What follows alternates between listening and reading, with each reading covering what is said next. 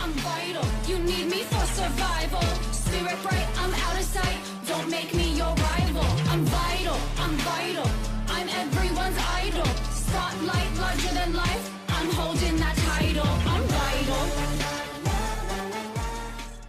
Bonjour à toutes et à tous. Aujourd'hui, nouvelle vidéo qui change un peu de d'habitude, car cette vidéo sera sur le thème de la dernière version d'iOS, iPadOS et macOS Sequoia.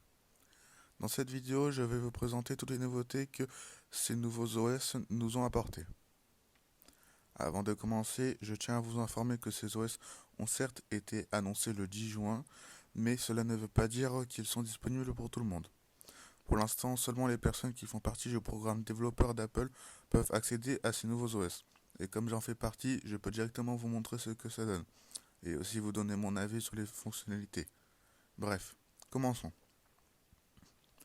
Le nouvel iOS apporte beaucoup de redesign dans plusieurs applications et pas que. Pour commencer, le centre de contrôle a reçu un tout nouveau design. Maintenant, les icônes sont plus rondes et beaucoup plus personnalisables. Car, par exemple, on peut les redimensionner, déplacer, etc. Le centre de contrôle peut maintenant faire des tris, car vous aurez plusieurs catégories comme celle des actions rapides, celle pour contrôler la musique, celle pour HomeKit, etc. Lorsque j'ai voulu personnaliser le centre de contrôle, j'ai remarqué qu'il y avait plusieurs actions, certes, mais il y en a une qui a particulièrement captivé mon attention, c'est l'indicateur de mouvement du véhicule. Cette option a trois modes qui sont désactivés, dans le véhicule et activée. Vous pouvez donc choisir si vous voulez qu'elle s'active automatiquement ou si vous voulez la faire vous-même. Lorsqu'elle est activée, il y a plusieurs points qui vont apparaître sur l'écran.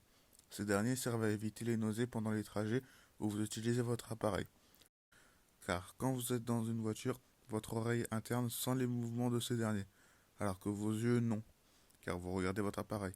Donc le cerveau ne comprend pas très bien. Et donc vous allez avoir des nausées.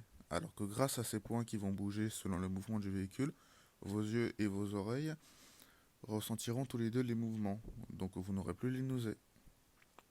Tout en restant dans le thème de la personnalisation, on peut maintenant placer les applications où l'on veut, et aussi personnaliser leur apparence, en modifiant leur couleur de thème. Cela marche mieux sur la plupart des applications qu'Apple ont faites, mais je trouve qu'ils ont bien réussi à doser le mélange de couleurs pour donner quelque chose de naturel, sans trop dégrader les icônes d'applications tierces. Les boutons de l'écran de verrouillage sont eux aussi devenus personnalisables. Vous pouvez mettre de nouveaux raccourcis qui sont aussi disponibles dans le centre de contrôle. Par exemple, j'ai gardé la lampe torche à gauche et j'ai mis Shazam à droite. Pour les iPhone 15 Pro et 15 Pro Max, vous pouvez aussi faire la même chose avec le bouton d'action. L'application Mail a reçu un nouveau design, où vous verrez maintenant vos mails triés intelligemment dans 4 différentes catégories. Principale, tout ce qui concerne la finance, comme les différents prélèvements qui ont été faits avec votre carte, des actualités et les pubs. Vous pourrez aussi cacher et verrouiller des applications si vous avez des choses à cacher ou juste pour avoir une sécurité en plus.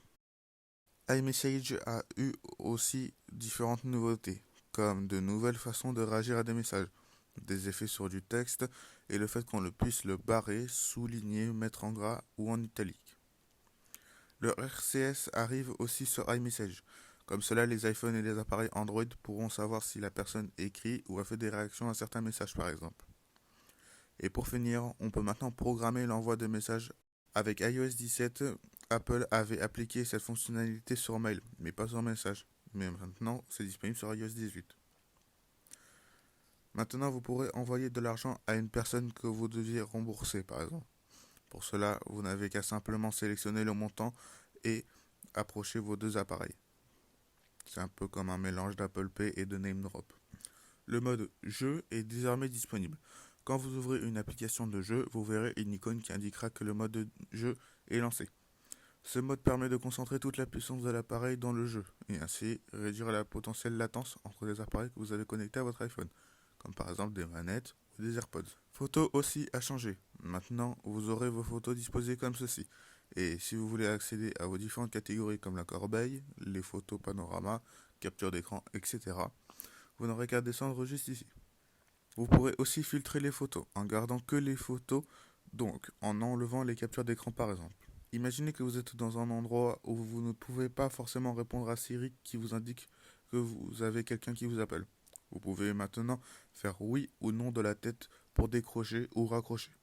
Cela n'est disponible qu'avec les AirPods 2 pour le moment. Call from Gam Gam. Answer it? Okay. L'iPad se verra recevoir les mêmes nouveautés que l'iPhone, comme pour la personnalisation des menus par exemple. Mais il y aura plein d'autres nouveautés, comme par exemple la calculette. Pour ceux qui ne savent pas pourquoi ils viennent de mettre la calculette que maintenant sur l'iPad, je vous laisse aller vous renseigner, car c'est long et pas trop dans le thème. Donc Apple, en sortant cette application, n'ont pas fait les choses à moitié, car cette dernière intègre un convertisseur intégré. Donc vous pourrez convertir des litres en millilitres directement dans l'application par exemple. Mais ce n'est pas fini. Vous aurez aussi des notes intégrées à l'application. Par exemple, vous faites plusieurs calculs et vous n'aurez qu'à mettre un égal et cela vous calculera tout en un clin d'œil. Même les calculs les plus durs pourront être faits sans problème, comme celui-ci par exemple. Lors de notes manuscrites, l'iPad pourra réécrire ce que vous venez d'écrire, mais d'une façon plus lisible, tout en gardant votre style d'écriture, le tout en vous proposant des corrections d'orthographe par exemple. Notez que vous pouvez activer ou désactiver cette option à tout moment. Note pourra aussi faire vos calculs comme sur la calculette. Le nouveau macOS est sorti et se nomme macOS Sequoia. Ici, plein de nouveautés sont apparues aussi. Par exemple, le fait que l'on puisse utiliser notre iPhone via le Mac pour faire du multitâche avec plusieurs appareils en un par exemple. Pendant ce temps, votre iPhone lui sera toujours verrouillé et donc personne ne peut y accéder ou voir ce que vous faites avec depuis votre Mac. Vous pourrez aussi recevoir exactement les mêmes notifications qui sont sur votre iPhone mais sur votre Mac. Normalement, les notifications comme mail sont certes synchronisées, mais pas toutes les applications. Donc par exemple, vous avez une notification de Duolingo qui apparaît sur votre iPhone, elle se verra aussi apparaître sur votre Mac. Et vous pourrez ainsi la consulter et interagir avec elle pour travailler votre espagnol sans même avoir à toucher votre iPhone. La manzana. On pourra aussi faire comme sur Windows, où l'on peut placer intelligemment et rapidement redimensionner les fenêtres d'applications comme vous le souhaitez. Le Mac arrive lentement mais sûrement vers le monde du gaming, car les jeux récents se voient aussi arriver sur Mac. Pendant la conférence, une personne travaillant chez Ubisoft nous a indiqué que leurs jeux se verront arriver au fur et à mesure de l'année sur Mac. On peut donc s'attendre à The Crew Motorfest sur Mac, ce qui serait sympa, car les puces M1, M2, M3 et M4 et toutes leurs variantes sont ultra puissantes et parfaites pour du gaming, et ce serait dommage de ne pas en profiter. Maintenant, passons au plus gros pour finir la vidéo. Apple sort leur intelligence artificielle, qui se nomme AI. Ne vous en faites pas, c'est juste les initiales, car sinon c'est Apple Intelligence. Les iPhone, Mac et iPad se verront recevoir cette intelligence artificielle. Cette dernière pourra trier vos notifications intelligemment en gardant les notifications les plus importantes en haut. Vous pourrez aussi demander à ce qu'il vous raccourcisse un texte, le refaire d'une façon plus professionnelle, plus amicale, et ne garder que les points les plus importants tout en mettant des pastilles. Vous pourrez aussi créer des images avec des informations que vous lui donnerez. Il peut aussi s'adapter si vous lui donnez des contacts que vous avez en photo et il essayera de les refaire dans l'image. Cela marche aussi avec les animaux. Le design de Siri a aussi changé. Maintenant, il prend tout le contour de votre appareil quand vous l'activez. Vous pourrez aussi lui parler plus naturellement tout en faisant des erreurs ou en lui indiquant des choses très précises par exemple. Il pourra aussi interagir avec des choses qui sont sur votre écran ou qui ne se sont déjà passées auparavant. Par exemple, vous pouvez lui demander de modifier une photo avec différentes caractéristiques que vous lui indiquerez. Il pourra aussi vous faire des propositions de réponse à des mails ou à des messages. Grâce à l'Apple Intelligence, vous pouvez, en plus de générer des images, des emojis personnalisés. Par exemple, vous pouvez lui demander de faire un emoji d'un dinosaure qui fait du surf. Et il vous donnera plusieurs propositions. Et dès que vous avez trouvé celui qui vous plaît, vous pouvez l'utiliser comme bon vous semble, dans vos messages ou réactions. Ils sont aussi rajoutés des outils qui se nomment Magic Wand, soit baguette magique en français, qui vous permettra de faire plusieurs actions comme par exemple retirer un élément gênant d'une image qui vous semblait parfaite. Open up an image playground within your note. Image Wand uses on-device intelligence to analyze your sketch and words. Et voilà, c'est tout ce qui a été présenté durant cet événement. il y avait des choses que j'ai dit qui n'étaient pas déjà sorties, comme l'Apple Intelligence, qui arrivera dans les prochaines mises à jour. C'est donc pour ça que je n'ai pas pu mettre toujours des clips que j'avais fait avec mes appareils. Surtout pour ce qui est de macOS, car j'ai un très vieux Mac et il ne supporte pas les dernières mises à jour.